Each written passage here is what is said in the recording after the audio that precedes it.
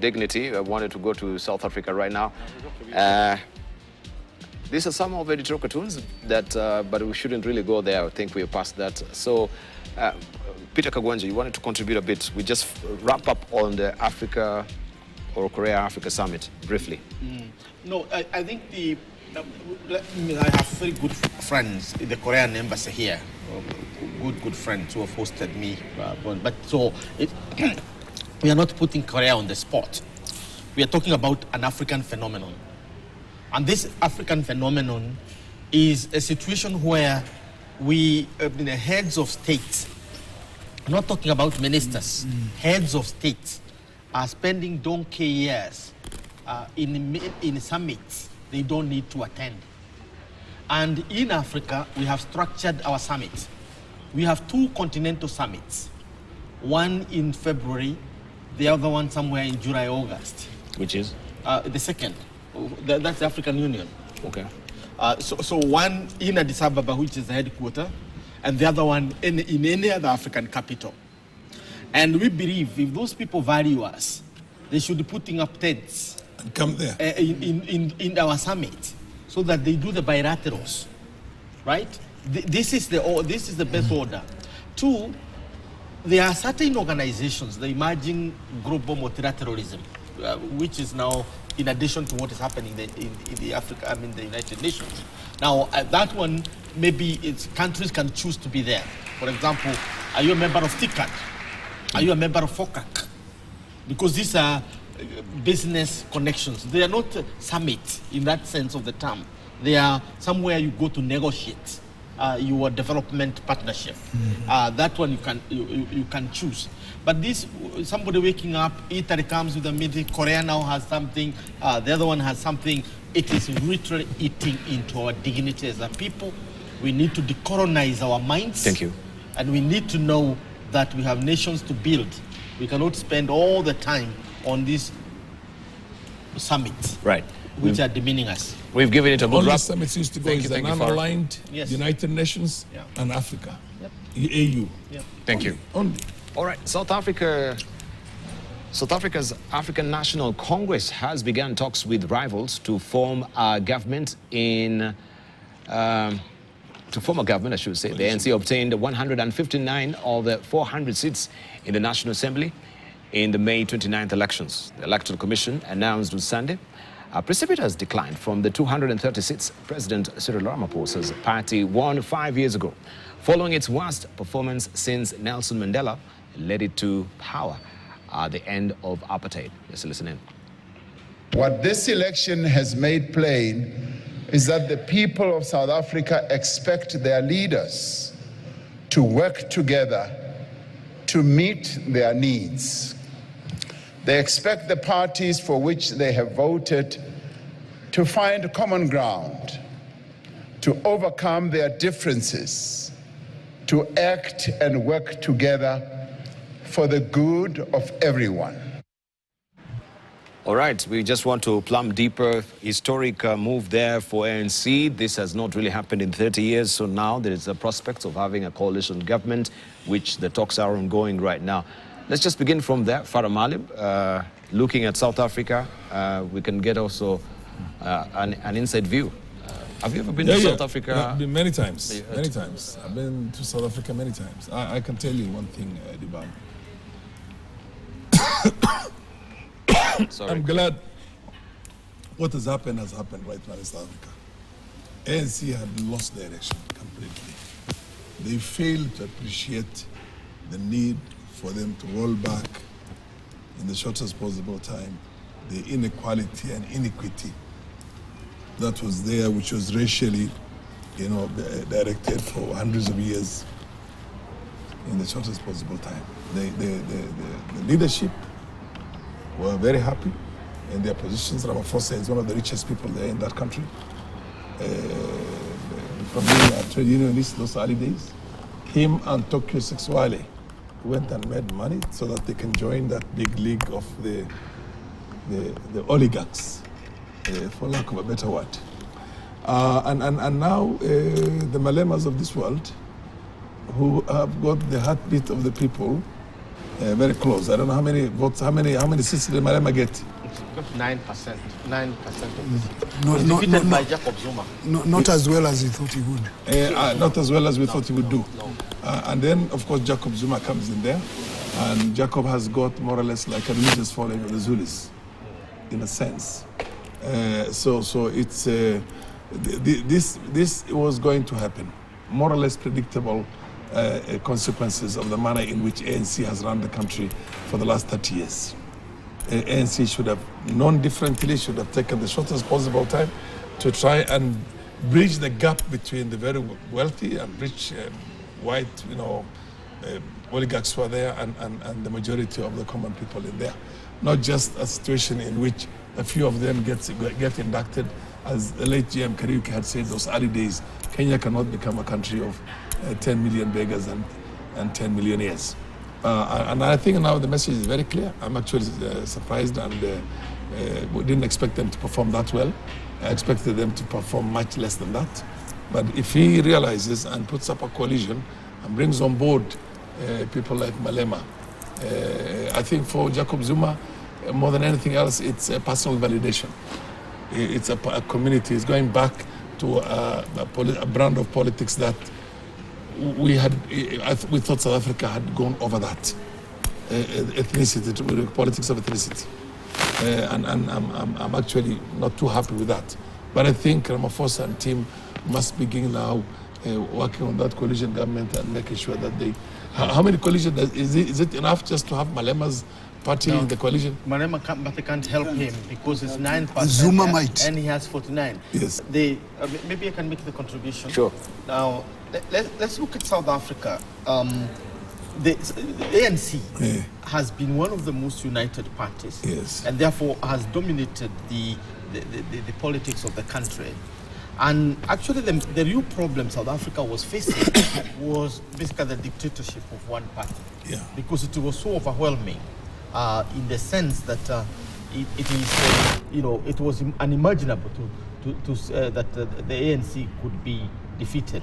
I was putting some data together, and you find that Mandela got 66.6% that time. Now, then I came back, and Thabo Mbeki pushed the ANC into a super party. Yes. And by the time he was leaving off in 2004, and I voted in that election, in 2004, ANC reached 70%, more than it had even reached in 1994. And from that point on, it has been a downward spiral. And what is the main cause of this downward spiral? It is the same problem that the rest of the African continent have faced, and the tragedy of liberation movements. I remember I was consulting for I was executive director of Human Sciences Research Council, the Democracy and Governance Project, which was attached to the office of the president. And many of the people in the Beki's government were not very happy with me at that particular time, until later when they started calling me and said, we wish we reset. Because I wrote in the introduction of their flagship book called The State of the Nation, which is released at the same time the president is releasing the State of the Nation every year. This is an intellectual commentary on the performance of South Africa. And we say South Africa has refused to listen to take the lessons of other African countries when it had an advantage, because it became independent in 1994, and the rest of the countries, African countries, were called independent in 1960s, 1964. And one of the major problems is elite fragmentation. Elite fragmentation, sometimes on basis of ego, basis of personality differences, and then that led to what we are calling the collapse of the nationalistic consensus. So there is no nationalistic consensus, or it's winning. Now, ANC looks like it has lost, but it is not losing. It is basically splitting. Because Umkhonto we Sizwe is the armed wing of the ANC. And Jacob Zuma in the liberation trenches was in charge of Umkhonto we Sizwe. And now that's the one he is. And now that is what he has transformed into a party. And if you look at the 14.8% he has acquired, it is what ANC used to gain a majority in parliament. So it has now 40 point something percent, 0.8%, and Jacob Zuma has 14.8%. So Ramaphosa just need to talk to Jacob Zuma, and ANC is back with its super majority. But because the two cannot see eye to eye because of this elite fragmentation, now the only other alternative Ramaphosa has is to talk with the whites. Yeah. The Democratic Alliance, which is liberal and federal and other things that we don't like talking about here. Its policies are diametrically opposed to those of ANC. Now, Marema cannot help, our brother, because Marema has 9%, and therefore if he comes in, he's just going to get 49%. That doesn't give just shy of some 0.0 something percentage less. Yes. If you can bring in another one of can't help. And there is no other one. The other ones are too tiny. The point is, with the ANC need to heal itself. Umkhonto weSizwe is ANC. Ramaphosa's ANC is also ANC. They need to come together because that is only what he needs to get going. And finally, one is also talking about the inability of the ANC government to address the development question of the African people. And what has that done? It has replaced the optimistic politics of the liberation years with the politics of grievance in that country. And no party can survive. Marema himself is a product of that grievance. Jacob Zuma is a product of that grievance. And the politics is now beginning to become violent. Because, in fact, it was expected that the election of Jacob Zuma's party is going to be riddled with violence. So South Africa is literally becoming like any other African country, average African countries, which are basically unstable. And it's a pity because it's supposed to be the flagship country on the continent. It's the only one in BRICS because of its power. It is the only one in many other forums representing the African continent. And here we are in that kind of a situation. All right, let's hear from Mashara Munane. Well, yeah, you see, South Africa copied a lot of things from Kenya, good and bad. And if you remember when Mandela came here, he said that he was inspired by Kenyans, whether it was Dedan Kimathi or General China and Jomo Kenyatta. These were his heroes. And the policies he followed there were Kenyatta's policies when he took over power. So the elitism that Kawanja is talking about fits into that. That at the time Kenyatta was concerned with not rocking the boat. And he didn't want the whites to riot and create chaos. When Mandela took power, he also did not want the whites to riot and create chaos in his own. So the Ramaphosas and the others took that advantage to entrench themselves in the circles of the elitism. That structure, since it did not change, is what we have seen in this election, people rebelling, but not rebelling enough to go the extreme the other way side. So what choices does he have? He has to talk to Zuma. And Zuma has to be talked to, agree to be talked to. He may not be a minister, but he can say, well, so and so in my party should be. I think he should also talk to Malema. Although Malema got only 9%, you never know, another round he might get 15 or 20. Because even 9% is something to hold on, that he could get that. So if he does not talk to Zuma and Malema, then the ANC is finished. Yeah. And I don't think that's in the interest of South Africa in that regard. So they'll find a way out. And then they maybe restructure learn their lesson. Right. What about the dynamics of the coalition government? I think this will be a first for them. It's never really happened before. Will they go through some of the swings and roundabouts of a coalition government that we've encountered here as a country? Obviously. I mean, that's going to happen already. There are very clear indications if they succeed in the negotiations. But Debal, you remember last time when we were seated around this table, we predicted this situation, Prof, that ANC will win without winning. If you hear what I'm saying. ANC will win without winning. They have come to that situation. And I think this is a wake-up call for ANC. They need to read the history of nationalist parties and how they fizzled out in post-colonial Africa. So what Zuma needs, and my colleagues have hinted on this, is just sheer pragmatism. He needs to realize that the end of African nationalism has just come, and he needs to face the realities of creating a functional polity in South Africa, which will address issues of inequalities, issues of unemployment. And it's very clear now that affirmative action to help Africans did not work. It ended up enriching the political elite, including Ramaphosa himself. So I think they are dealing now with a generation of people that did not know who Mandela was. I have allowed you shout the name of Tata Madiba and the respect that came with it with the ANC, they won't budge. So talk to Zuma, as Professor is suggesting. I know that Malema is really an empty drum, but then he has something which we can loosely call a nuisance value, which Ramaphosa needs, in my view.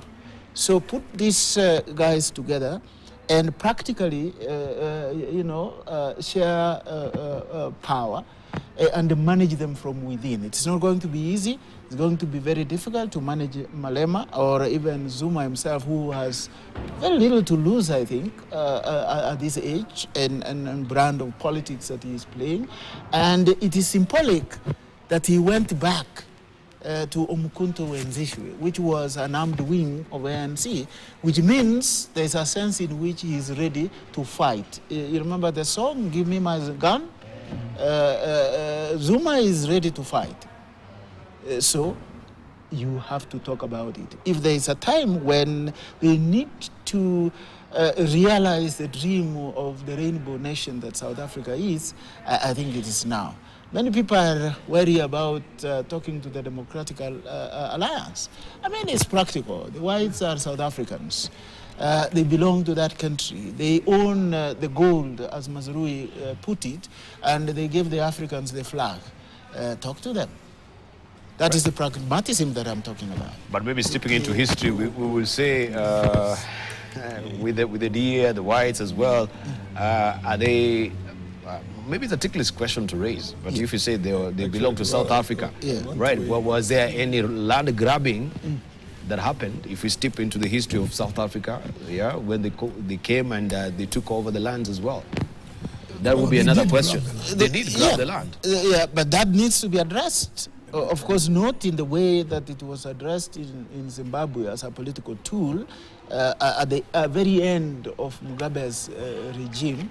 It needs to be addressed and addressed now, and you can address it by having them around the table and saying we cannot continue like this. The DA can only, you see, right now, because of the frustrations people have had with Ramaphosa, there are many blacks who even voted for the DA. Yeah. But the DA's core value system itself and policies are not compatible with the masses largely. Because ANC is actually being seen as a collaborator. People are seeing ANC as having been transformed itself into some kind of a home guard, for lack of a better word, what we used to call home guard ourselves. So the best way to deal with this is that you begin working on winning the hearts and minds of that base African oppressed masses there. When I say oppressed, I'm talking about the hundreds of years that they've been under what they've been before. If you do that, fail to do that, you see, Malema already has a certain takeoff.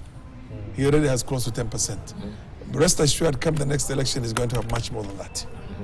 If they don't see, they see these people backtracking on their policies and trying to go to bed with DA, then the mainstream black population out there are going to say, wait a minute, this is not right for us.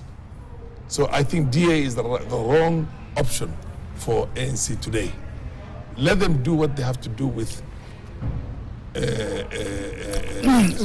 ANC. Zuma, reunite all the ANC with what they call Zuma, with Malema, and a number of other small parties.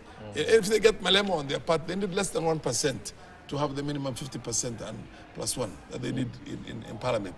But it's my desire that they should go beyond that and have a comfortable majority. Thank you. And bring on board people like Zuma. Talk to Zuma. If you look at the ANC, the way we have outlined it from 1994 to the present, we have the political lead of the ANC has oscillated between 62% to 70%. That has been, the highest has been 70, the lowest has been 62. Now, if you look at the 2024 election, and you now start charting the path for Cyril Ramaphosa's coalition building, it is not really coalition building, it's reuniting the ANC. Because with the young man, Marema has 9.5. Jacob Zuma has 14.5. When you total that figure, you get the average for the ANC, which is 64.9%. So Ramaphosa's role is now to reunite the ANC, not to quote DA. Because if he does that, that's the end. That's the kiss of death. Because they are diametrically opposed. One is a liberation movement. The other one is a very conservative, in a sense, colonial time. But the problem is one, that Jacob Zuma's party has given a condition to the ANC that to unite, Ramaphosa must go. And Ramaphosa want to get a second term. So Jacob Zuma's party with 14.5%, Marema's party with 9.5% have insisted that they want to go back to the ANC in this coalition, which is basically back to the ANC as it is, but Ramaphosa has to leave. Which is fair, in my opinion. So they're not willing to give him a second term. Which is fair, in my opinion. Which is fair. So, in other words, it is the unification of the ANC. This is not your typical coalition. But let's make the last point about the uniqueness of South Africa vis-a-vis Kenya.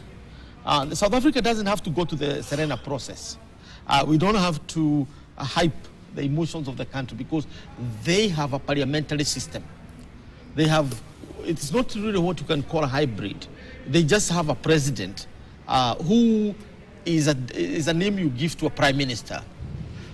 So what they do is now they are going to have their first sitting where they will confirm the seats that each of the parties have. Then, as parties, they are going to elect the prime minister. And now the prime minister is supposed to come from the party that has majority of the seats. And because there's no majority of the seats, then you have to negotiate with which party to go into a coalition. So it's going to be a natural process without much pain. But I am sure Ramaphosa is getting the litmus test of his life. Thank you. Because he has to win the support of the other ANC breakaway groups. All right, let's see the latest development also in Somalia, where Somalia will expel thousands of Ethiopian troops stationed in the country to help with security by the end of the year, unless Addis Ababa scraps a disputed port deal with breakaways region of Somaliland. A senior Somali official said this on Monday. Security experts and foreign diplomats said the move risks further destabilizing Somalia as local forces will be unable to fill the security vacuum, I should say, which would likely be exploited by fighters from Al-Shabaab, an affiliate of Al-Qaeda. At least 3,000 Ethiopian soldiers are stationed in the Horn of Africa country as part of an African Union peacekeeping mission fighting Al-Shabaab, which controls large portions of Somalia, while an estimated 5,000 to 7,000 are stationed in several regions under a bilateral agreement relations between Mogadishu and Addis Ababa. Of course, we want to look deeply into this right now and just find out this particular tip has been long and it has taken a long protracted time. Maybe we can begin with you, Farah Malim, to just weigh in on this latest development as well. So they should pull out the troops for this idea? I have absolutely no problem with them pulling out the Ethiopian troops, because Ethiopia is a historical and current enemy of Somali's national unity and integrity, territorial integrity. So you cannot want to try and dismember a country and at the same time think that they will trust you to come in and tell them that you're going to work towards their peace. No. Actually, as a matter of fact, what they do is that they give a lot of arms and resources to Al-Shabaab in there to maintain the status quo. So I have no problem with the Ethiopian troops getting out of that place. Actually, if I were him, I would have told them to get out the sooner the better. I can have a little bit of an understanding with the Kenyan troops and the Ugandans and the Burundians and maybe other countries that do not have a direct interest. But largely, the forces that are there, including our own forces, have not been able to do anything. They've never engaged Al-Shabaab. When was the last time the Kenyan forces engaged Al-Shabaab in a firefight? It's a long time ago. And it's kind of messing also our own internal security here. Al-Shabaab is no longer just confined to Somalia. It's there in the Eastern Province. 60% of Mandera is gone. Not less than 50% or 45% of Wajir is gone. More than 30% of Garissa is gone. You get my point? I can't travel the way I want easily within my own constituency. So my question is that, what are we doing there? Now, I have no problem with us pulling out of that place. And by the way, let me tell you, and I'll be very honest with you on this, all that our forces are involved in there, more than anything else, with the exceptions being there, is the charcoal trade and the sugar trade that comes in from Kismayu. Importation of sugar from Kismayu, Al-Shabaab takes its own taxation on that. Jubaland, what they call authority, takes its own taxations on that. And our Kenyan military guys and who are there also take their own taxations on that. I mean, it's a plain truth. Plain, open truth. And you're talking about millions and millions of dollars that are changing hands. And by the way, the earlier we decide what is in our best interest as a nation, the better, in my opinion. And I think we're missing some critical issues in there. Let's pull our troops back. But before we put our troops back, first of all, let's find out exactly what Madobe is doing there. Is he the one who is keeping Al-Shabaab in there? Because then you don't have to hold any serious elections. You can stay there for the longest, as long as the threat of Al-Shabaab is there. How then do we do it? Do we do it differently? I also understand that the Americans and the British want to go in there. If I were them, I would tell them to be very, very careful. Thank you. White boots in Somalia, thank you, is one thing that will never be accepted by Somalis, and I can assure you one thing. Black Hawk Down, or what happened in Mogadishu those days, is going to be chicken feet. The only thing that can unite Somalis is an external enemy. Right now, the Ethiopian claim on their land has united them like hell, and if white boots on the ground, it will unite them further. The only people who have a goodwill right now, so far, and we also need to reassess, because we're not doing anything, is Kenya and Ugandan troops that are there. And even then, if we overstay our welcome, then you know what will happen. If you overstay our welcome, it will be a mission creep. It will mount to a mission creep. Briefly, so that we can actually look at what is happening in Nigeria. I think I'll concur with the sentiments of Mheshimiwa Farah on several accounts. Well, first and foremost, I think it's an overstatement to talk about Somalia expelling the Ethiopians. I think the word expel there is really not put rightly. because Ethiopian troops need to leave Somalia by the end of the year. Kenyan troops need to leave Somalia by the end of the year. Ugandan troops need to leave, the Djiboutian troops need to leave, because ATMIS, the African force, which is now there, which was transformed from the previous force, now has expired. Its time is over.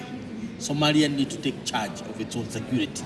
So what the president is doing within the framework of the East African community, and within the framework of Kenya Joint Commission for Cooperation with Kenya, he's going to fashion the post-ATMIS security order in Somalia.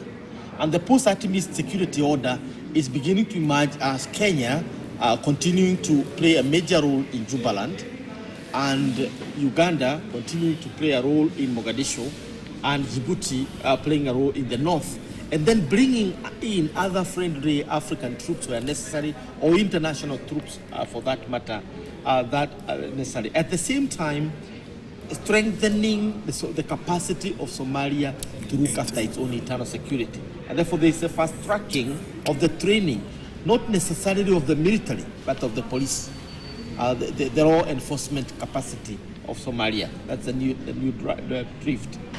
But now, even when you are trying to cobble the post-ATMIS order in Somalia, Ethiopia is not part of this equation, because it is a country currently, quote unquote, at war with Somalia. Somalia, yes. So it cannot be expected to protect the interests of Somalia. No. On the contrary, it is weakening Somalia's ability to deal with terrorists. Yeah. Both the Al-Shabaab and the Al-Qaeda supported groups, as well as ISIS. And then you find that in areas like Puntland, ISIS is beginning to gain grounds.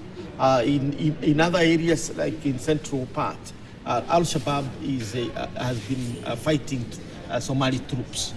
And I think I must congratulate President Hassan Sheikh, who has singled out securing the security of Somalia from Al-Shabaab and other groups as a priority.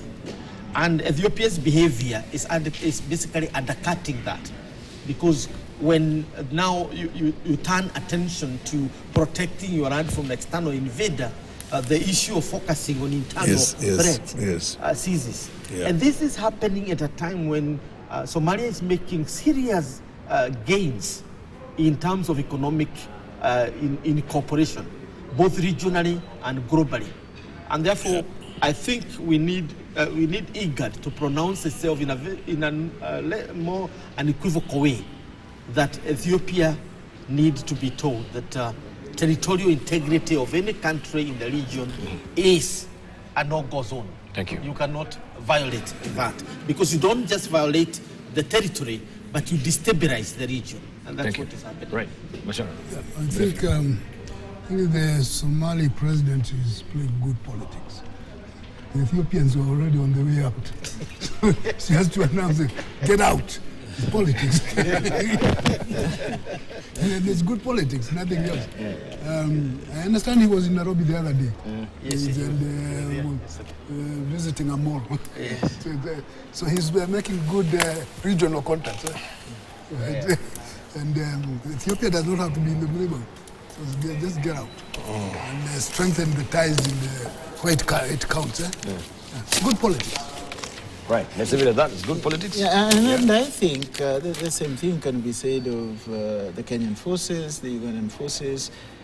Truth be told, friends, I think it's high time Somalia be left to make its own choices and be responsible for them. If they need support, they need our support from a distance. Right, let's go to Nigeria, where the indefinite strike by labor unions may soon end after the unions met Monday and they reached on an agreement with the federal government on a new national minimum wage. The agreement was reached at a meeting convened by the Secretary to the Government of the Federation, SGF, George Akume, in Abuja, although no amount was agreed upon as the new minimum wage. The parties agreed that the federal government will agree to a higher figure than the 60,000 naira it currently offers. The Nigeria Labour Congress, NLC, and the Trade Union Congress, TUC, began an indefinite strike on Monday to force the government to agree on a new minimum wage for workers, as well as review the increase in the price of electricity for some consumers. Monday's agreement was signed by the president of NLC, Joe Ajaero, his counterpart in the Trade Union Congress, TUC, Festus Osifo, the Minister of Information, Mohammed Idris, and the Minister of Labour, Nkiruka Onyejeocha.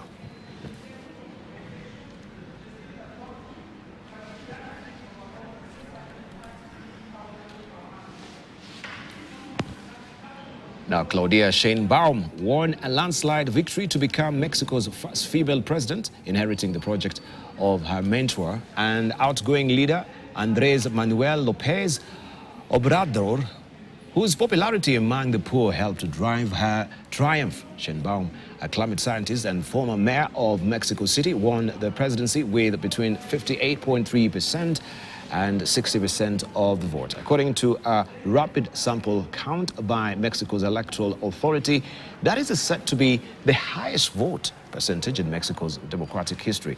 Claudia Sheinbaum won a landslide victory to become Mexico's first female president, inheriting the project of a mentor, as I've mentioned. We just want also to weigh in a bit on this as well. A first one in Mexico, Ireland as well. We just mentioned with Dr. Ken Obongi when we started the show, yes, also has the first female president as well.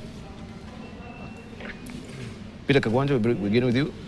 Well, I'm not very well versed with Mexican, internal politics. Effectively on this, but what you do know for sure is that she has a very difficult task to rein in the various cabals, particularly,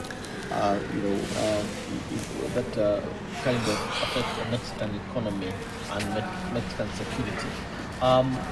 The other thing one has to mention is that if you look at the projections that are being made about the future of the economy in the world today, Mexico is seen as one of the fastest and the most powerful country that is emerging. In fact, they are saying by 2050, Mexico will be the fifth largest economies in the world. And therefore, it's a country to watch, for example, for us in Kenya, as one of our partners. I think if this is the country we are traveling to, it would look very strategic in terms of looking to the future, just like the way we decided that Spain, although it's not a colonial power in Africa, is going to be our ally. And we've done a lot in terms of IT business and also tourism. So Mexico is a country to watch by now because it's one of the rising stars in the global economy. Otherwise, what we can do is to congratulate Sheinbaum for her victory, and also to indicate that it is possible, even in this country in the future, to have a female president.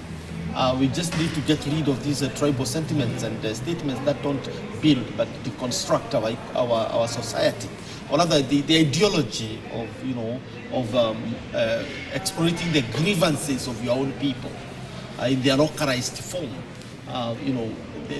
Every community will have its own problems, but I think borrowing a leaf from Mexico is to say that it is possible in the future for us as a country also to have a female president, and we'll be comfortable with it in moving into the future. Fantastic. I think it just fits in the pattern in Latin America. We have had many women presidents in Argentina, in Brazil, Costa Rica. So she's part of a trend, and so it is not a big issue. Although in Mexico itself, it's a first. But in the region, it's part of the pattern. And again, she's sponsored by her boss, in the same way that it happened in Brazil, in Lula da Silva. So it's part of the pattern, which is very encouraging for those who are aspiring to be presidents, irrespective of gender. All right, Ken Obongi, you want to well, just in addition, they are following the pattern, as I said earlier, which was pioneered by Asia. And they have left for the first time.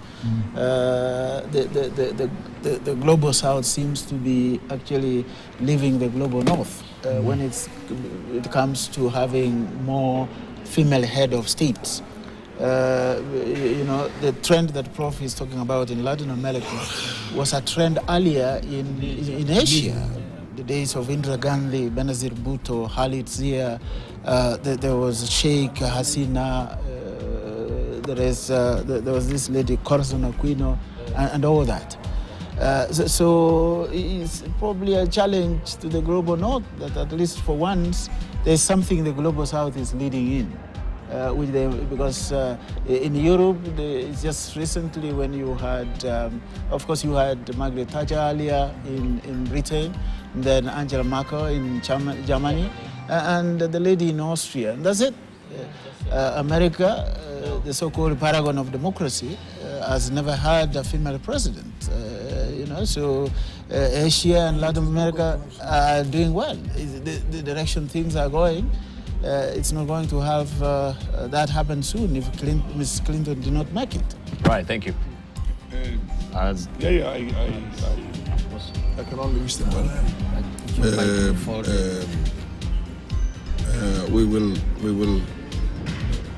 We will see how she runs the place. All right, let her take the reins then. If she does, to have doubts. No, I have no doubts. I have no doubts. By the way, let me tell you one thing. Change is always good, and I'm very happy with the change. I'm very happy with what Mexico is doing. Mexico, despite having a neighbor, a bully neighbor, basically, who dispossessed them of all that territory. New Mexico, Texas, California, yes. Arizona. Those are all part of Mexico. Eh? Thank you. And so what I'm trying to say is that the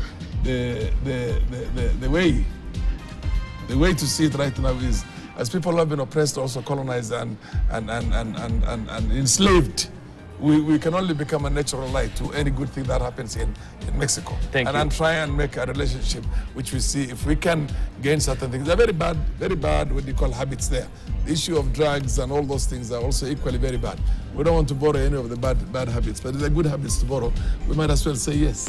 Thank you. But he is very unlikely to get a visa to the US after this.